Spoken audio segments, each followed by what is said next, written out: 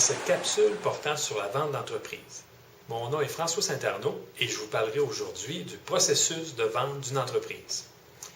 La première étape pour vendre une entreprise est de se trouver un bon conseiller capable de bien vous représenter dans le cadre de vos démarches pour vendre votre entreprise.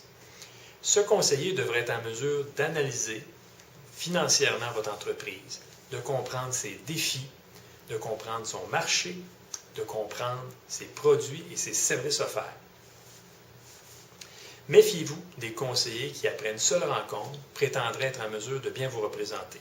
Chez nous, nous prenons au moins 2 semaines de travail à temps plein, mon associé et moi, avant de pouvoir être en mesure de bien représenter une entreprise. Ensuite, ces conseillers prépareront la documentation nécessaire à transmettre à d'éventuels acquéreurs pour présenter adéquatement l'entreprise. Et justement, la prochaine étape est d'envoyer un sommaire, ce qu'on appelle en anglais un teaser, dans lequel n'est pas mentionné le nom de votre entreprise, à plusieurs cibles préalablement identifiées, souvent des acquéreurs stratégiques ou des fonds d'acquisition.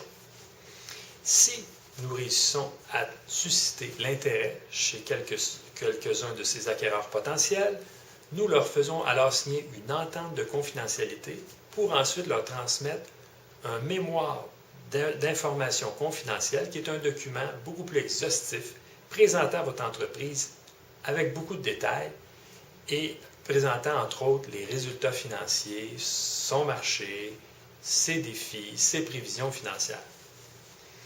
Si après cette étape et l'analyse de ce document, un ou des acquéreurs potentiels sont intéressés à aller plus loin, nous leur faisons signer une lettre d'intention et commençons à négocier les termes d'une éventuelle acquisition.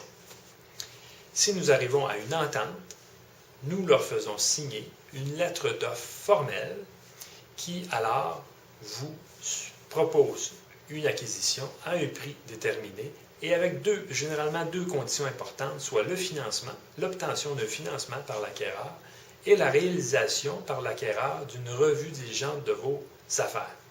Si vous acceptez cette offre, commence alors cette revue diligente de vos affaires et alors l'acquéreur viendra avec ses avocats, ses comptables, examiner votre entreprise sur toutes ses coutures.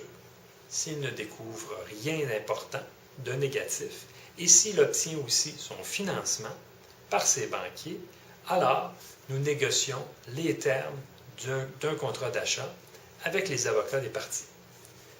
Une fois ces documents négociés, nous procédons à la clôture de la transaction et voilà, la transaction est faite et cela aura pris entre 6 à 12 mois si tout va bien.